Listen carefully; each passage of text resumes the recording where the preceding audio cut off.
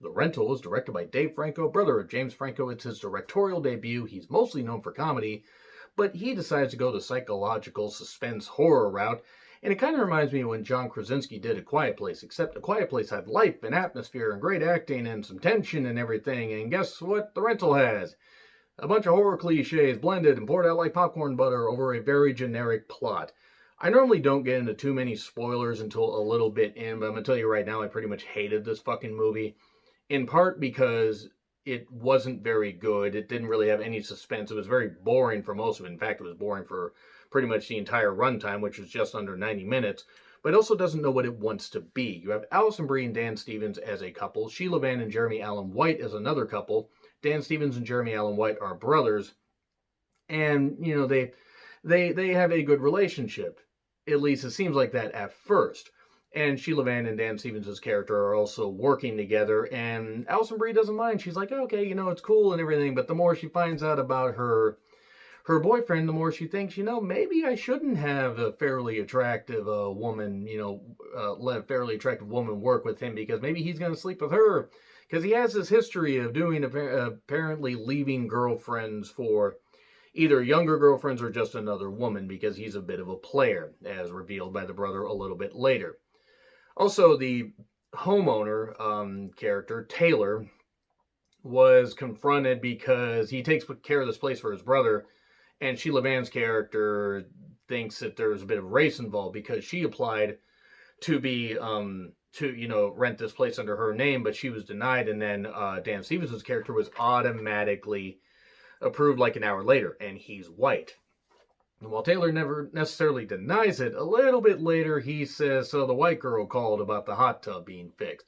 So maybe the guy was a racist asshole, or maybe the movie just, figured, oh shit, we need to resolve that, so let's just have him say that line for absolutely no reason.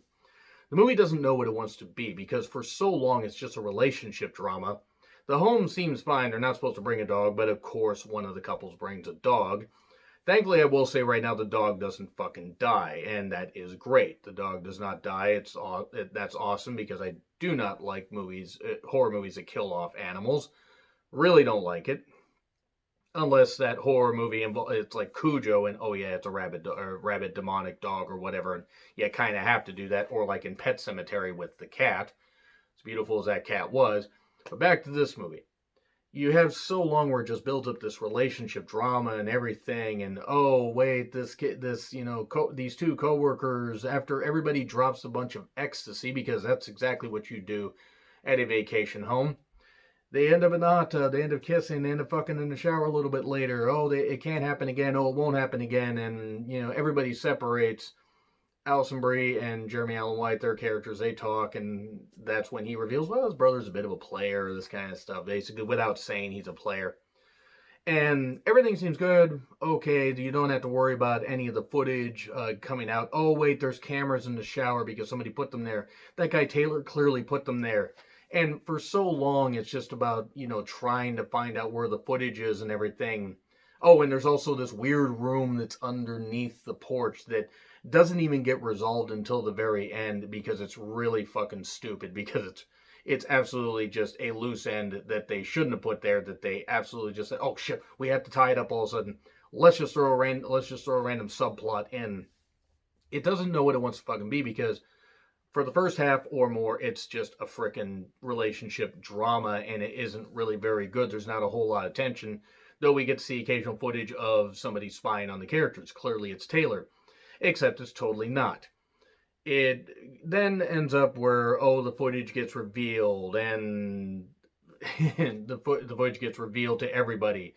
Taylor ends up getting dispatched when he comes over to fix the hot tub, because they think that he's the one who set up the cameras. Nope, he ends up dying. Except he doesn't end up dying, because even though Jeremy Allen White's character punches him, repeatedly in the bathtub, he doesn't die. This random guy shows up and chokes him out, and then they dispose of the body, the couples and everything. Except Alison Brie, she wants nothing to do with it, and then she tries to escape, and then some tire spikes get thrown out, and she gets killed, and then her boyfriend goes out to get her.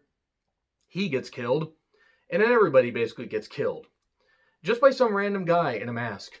Just some random guy in a mask just shows up, just does this. Apparently, this is just something he does. He just puts cameras and weird shit, hacks into a home, kills people, and then moves on.